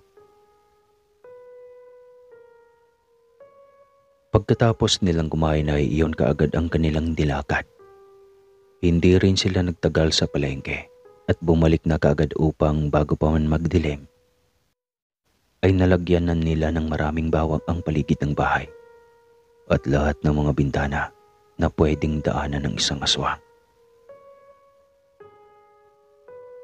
Hindi nga sila nagkamali dahil pagsapit ng kadiliman ng gabi ay nagkaroon kaagad sila ng panauhin sa bubong. Napakaingay nito. Sinadyang kaluskusin ng nilalang ang bubong upang maglikha ng ingay. Ani may galit na galit, subalit hindi iyon ang kinasorpresa nila, kundi ang isa pang nilalang. Ang isang uri ng aswang na nakalaban nila sa gusaling pag-aari ni Virilio. Alam din ng nilalang na iyan ang bahay mo. Magkakilala ba sila ng nanay? Tanong ni Daisy habang nakasilip sa tintid na bintana mula sa kwarto ni Virilio. Sinadya ni Virilio na sa kanyang kwarto muna pipirmi si Daisy upang mabantayan niya ang dalaga. Hindi nga nagkamali si Daisy dahil natuntun nga sila ng ina na ngayon ay nasa bubungan. Ngunit ang nakapagtataka lang ay kung bakit kasabayan nito ang nilalang na nakasalamuha nila sa opisina ni Virilio.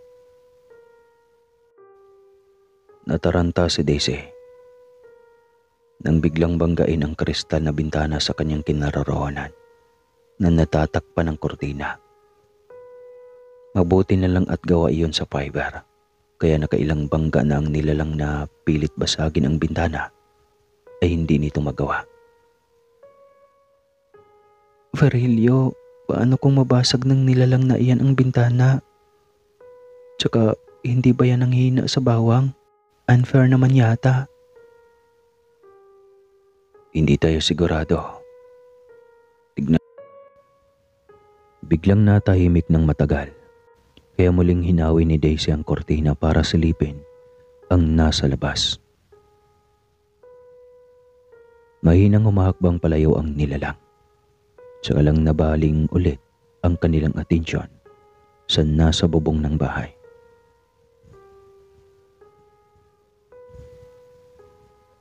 Kita mo, takot lumapit si inay sa mga bintana at pintuan. Kahit nakakapanghina sa katulad namin ang bawang, maaari namin iyang ikamatay. Saad ni Daisy. Hindi nga lang tayo nito makatulog. Ang ingay kaya nila sa taas. Wag na wag kang matulog muna, kasi sigurado akong aatakihin ka ni inay ng pagiging babahilan niya gamit ang isipan. Baka hindi ka na magising pa. Natatakot ako para sa iyo, Virgilio. Napabuga na lamang ng hangin si Virgilio habang nakatingin kay Daisy. Wala itong magawa kundi ang sundin ang utos ng dalaga dahil ito ang mas nakakaalam tungkol sa ina nito. Ngunit talagang hinihila siya ng antok na siya namang pilit na pinapagising ni Daisy. Labanan mo ang antok mo, Virgilio.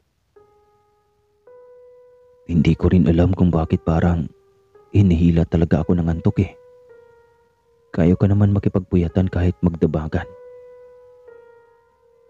Dahil sa kapangyarihan ni inay, kaya pilitin mong magising hanggang mawala ang bisa ng kanyang orasyon. Kung ano-ano nang ginawa ni Daisy para aliwin si Virgilio nang hindi makatulog. At sa wakas ay mag-uumaga na. Namalayan na lamang nila na wala nang nilalang sa kanilang bubungan. Wala na sila, sambit ni Daisy. Ibig bang sabihin ay pwede na tayong magpahinga? Tanong ni Virgilio. Oo, matulog na tayo. Kanina pa din ako inaantok eh. Ngiting lumapit si Virilio sa kanyang kama at humiga na ito. Ilang araw na silang walang magandang pahinga, ay dumagdag pa itong mga pasaway na nilalang ng dilim. Subalit hindi siya nagsisi. Kailangan niya ring tanggapin ang ganoong sitwasyon dahil nagmahal siya ng isang manananggal. Kahit anong analisa niya ay walang kasagutan sa kanyang tanong sa sarili. Kung bakit siya nagmahal ng isang aswang, tanging puso lamang niya ang nakakaalam. Kinabukasan ay tinanghali sila ng gising. Pagkabukas pa lang ni Virilio sa kanyang telebisyon, ay bumungad kaagad sa iskrin ng TV ang mukha ng kanyang sekretarya. Si Herlin iyan na, sambit niya na puno ng pagtataka. Hubad ito ng matagpuan at isang lalaking nagmagandang loob ang mabilis na lumapit dito at binalot ito ng malapad na scarf. Saktong isang medya naman ang unang nakapansin dito at nakuhanan agad ito ng video na naisapubliko naman. Ayon sa balita, ay natagpuan itong hubad at walang malay at talatang nangihina. Ang ipinagtataka ni Virilio ay nasa kanto ito malapit sa subdivision ng kanyang tinitirahan. Ang alam niya ay malayo ang address nito sa kanya. Kaya paano itong napunta malapit sa kanilang lugar? Ayon pa sa balita ay nasa ospital na ito at nilalapatan na ng medisinang naayon sa pangangailangan ng katawan nito. Wala naman palang indikasyon na ginahasa. Bakit nakahubad? Tsaka bakit malapit dito sa atin? Tanong ni Virilio. May kakaibang hinala sa puso niya na hindi niya matumbok. Malay natin kung taga rito sa atin yung rapist.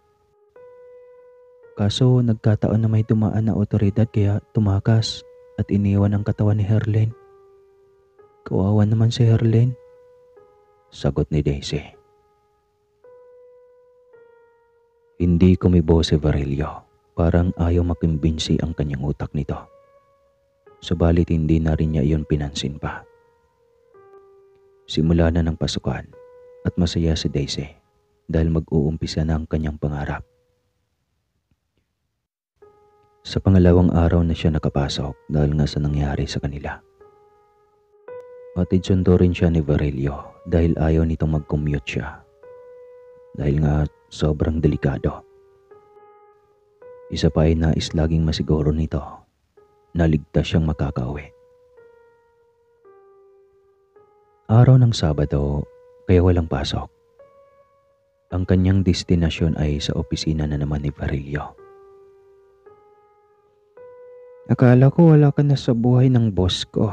Bakit nandito ka na naman? Sita ni Herlin nang sila lang dalawa sa loob ng opisina. Bakit ba ang init ng ulo mo sa akin palagi, Herlin? Mabait naman ako sa'yo. Tsaka nag-aaral ako, kaya tuwing walang pasok lang ako makakapag-report dito. Ano kayang ginawa mo para maakit si Sir Virilio at maibigay niya sa iyo lahat ng gusto mo?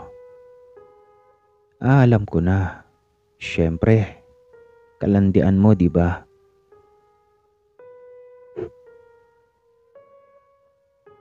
Maghuhunos daily ka sa mga pananalita mo, Herlin.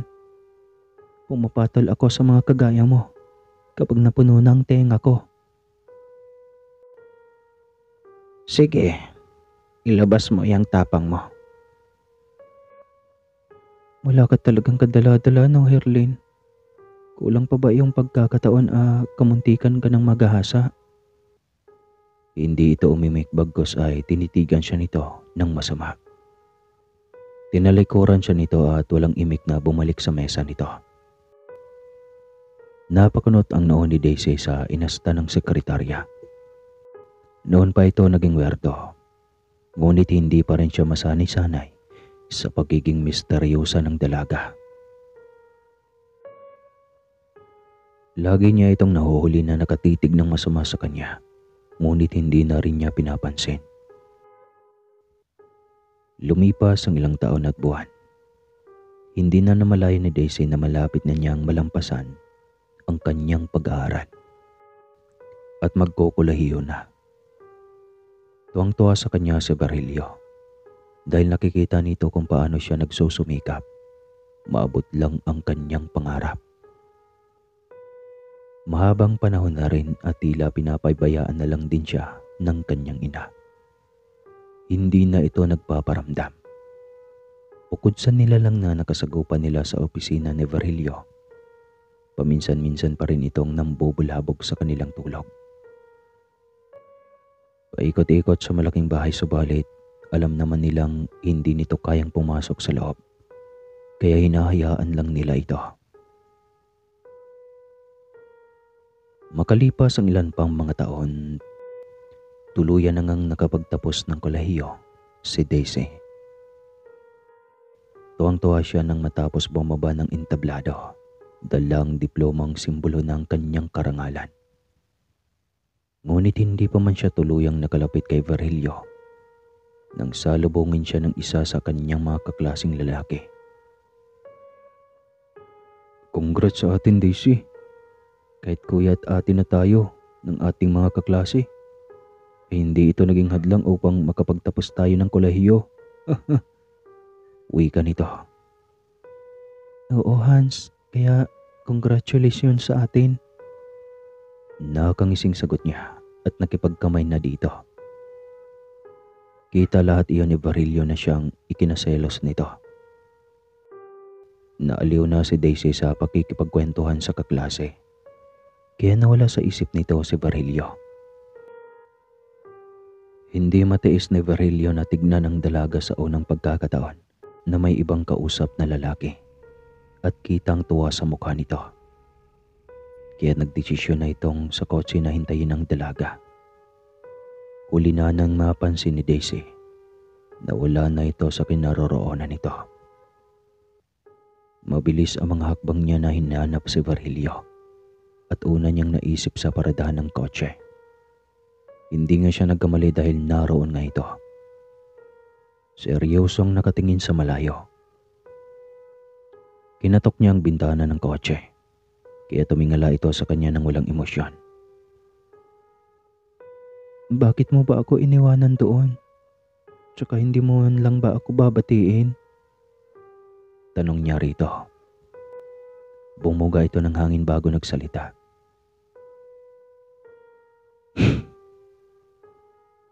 Binabati kita, Daisy. Ano, hindi pa ba tapos?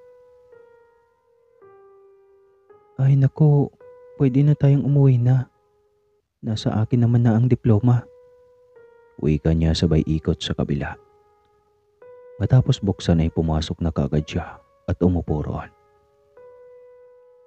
Tahimik pa rin si Barilio habang pinapaandar ang makina ng sasakyan. Hindi niya matiis na wag itong matanong, kaya umirit na siya. Bakit ba parang sira yata ang araw mo ngayon? May problema ba? Tanong niya. Wala. Wala. Tapos nakabusangot at tila pinagsakluban ng langit at lupa yung itsura mo. Wala nga. Oo nga pala. Naubyo mo ba ang lalaking kinausap mo kanina?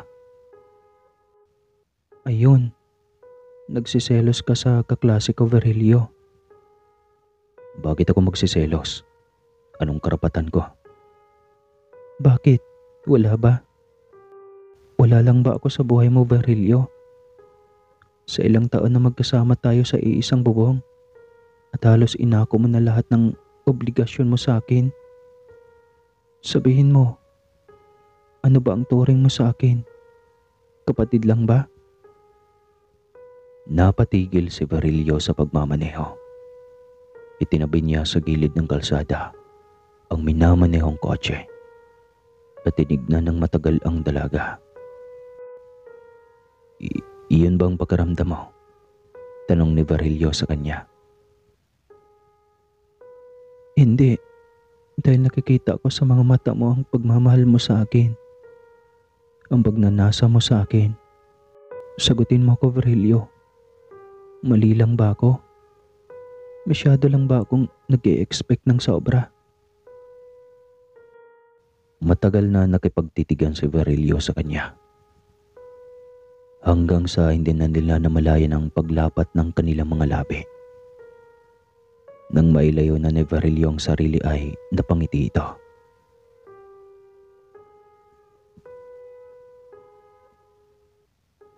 Ang tagal kong hinintay ito. Ang tagal kong nagtiis.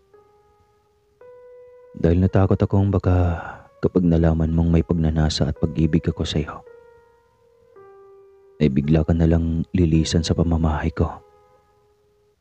Napangiti rin si Daisy kasabay ng pagpatak ng mga luha.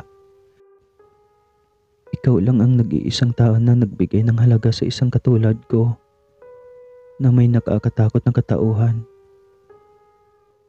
Pinagtanggol mo ako at pinaglaban.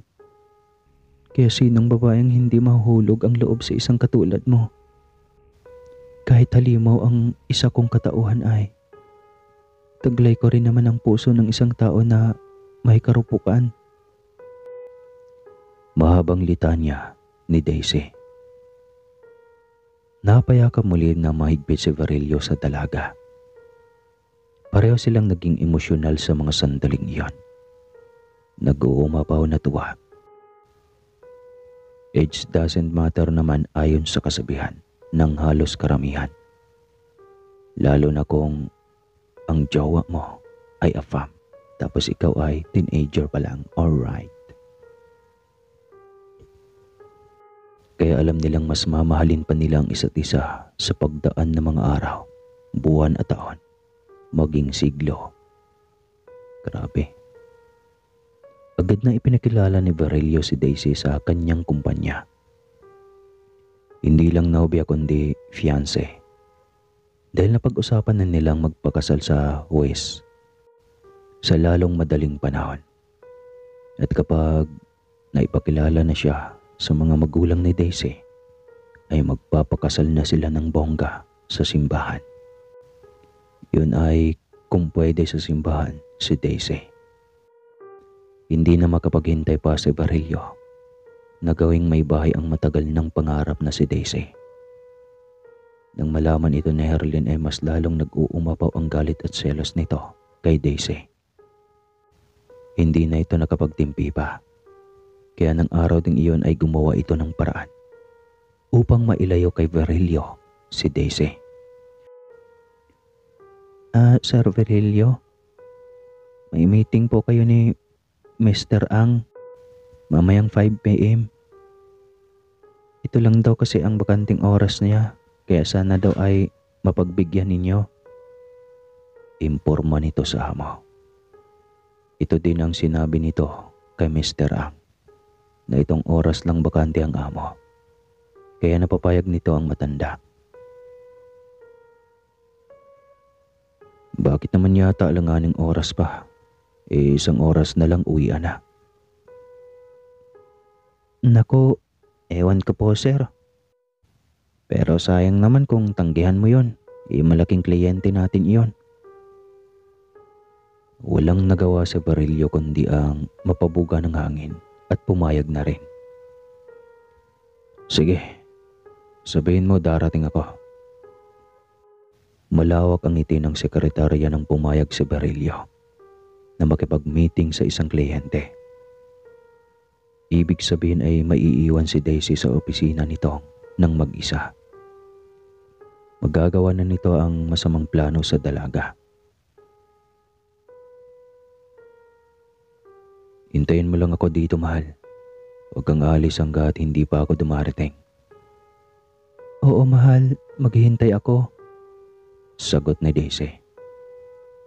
Huwag kang mag-alala, sir. Nandito naman ako. Sabat ni Herlin. Ngumiti lang ng tipid si Virilio. Pagkaalis nito ay naiwang tahimik ang dalawa. Si Herlin na ang unang nagsalita.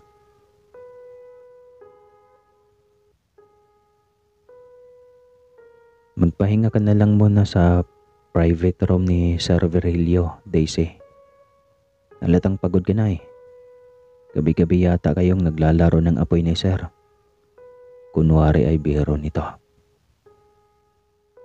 Bakit mapait ka nang bigla sa akin ngayon? Wala lang. Wala naman ako magagawa pa. Mahal ko si Sir Virgilio. Kasi epal ka. Kala ko makapasok na ako sa buhay ni Sir dahil tinanggihan siya ng kasal ng kanyang dating nobya. Kaso bigla ka namang pumapil. Pero ayos lang. Wala na eh. Magiging asawa ka na niya. Mahabang litanya nito. Tahimik lang si Daisy habang nakikinig dito. Sige na, matulog ka na lang muna doon. Wika pa nito. Ramdam naman talaga niyang pagod sa katawan kaya pumasok na siya roon. Humiga siya para iidlip lamang habang naghihintay kay Virgilio. Tapos na din naman niya ang kanyang mga gawain. Ngunit saktong hinihila na siya ng antok nang marinig niyang bumukas ang pinto. Inakala niyang si Virgilio na iyon. Ngiting-ngiti pa siya. Ngunit ganoon na lamang ang gulat niya nang bumungad sa kanyang harapan ang mukha ng nakakatakot na nilalang. Ikaw, paano ka nakakapasok? Nasaan na si Herlin? Gulat na tanong niya pagkatapos bumangon at lumayo sa kama kung saan ay papalapit ang nilalang. Nakangisi ito habang naglalaway. Saan nakabilugan ng buwan ngayon para naman may laban ako sa nilalang na ito? Wala na siya sa kanyang sarili. Natatakot siya dahil wala man lang siyang kalaban-laban sa lakas na taglay ng kaharap niyang aswang. Mawawala ka rin sa landas namin. Wika ng nilalang. Sino ka ba? Bakit parang may galit ka sa akin? Galit talaga ako sa iyo. Wala na sanang hadlang pa sa pag-ibig ko kay Sir Virgilio kung di ka pa sumali sa eksena. Hindi kita maintindihan. Wala akong atraso sa iyo. Sigaw niya sa nilalang. Umahalakhak lang ito at unti-unting naging anyong tao. Ganoon na lamang ang gulat ni Daisy nang makitang si Herlin ito. Kaya ako lumantad ay dahil alam ko rin namang hindi ka nasisikatan ng araw. Tatapusin na kita dahil hindi ako papayag na ikaw ang magiging reyna sa buhay ni Virgilio. Akin lang ang pwesto na iyan sa buhay niya. Akin lang. Muli itong nag-anyong halimaw at akmang susugod na sa kanya. Kabado man ay naisip pa rin niyang umilak at agad na gumapang sa ilalim ng kama. Doon ay may nakita siyang kahon. Hindi siya sigurado kung ano ang laman, ngunit umaasa siyang makakatulong iyon sa kanya. Laking tuwa niya nang makitang baril ang laman nito. Agad niya iyong dinampot at walang alinlangang nagpaputok. Nang marinig iyon ni Herlin ay napaatras ito at halatang takot sa baril. Ngunit desidido na siyang barilin at patayin ito. Pero wisyo pa rin ito sa kanya at kay Virgilio kung sakaling hahayaan niya itong makatakas. Agad niya itong pinagbabaril. Napapapikit pa siya habang kinakalabit ang gatilyo ng baril dahil unang beses siyang mahawakan iyon. Ngunit saktong natamaan na rin ang kaharap sa tiyan kaya humandusa ito sa sahig. Daisy, Diyos ko Daisy, buti na lang.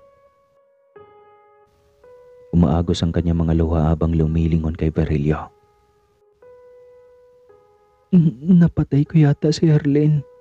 Sambit niya. Anong ibig mong sabihin? Kunot noong tanong ni Virgilio. Si Herlin ang aswang na laging gumagambala sa atin. Siya yan, Virgilio. Nang muling lumingon si Virgilio sa nakahandusay na nilalang, ay ganoon na lamang ang kanyang gulat nang makitang Si Herlin nga ito.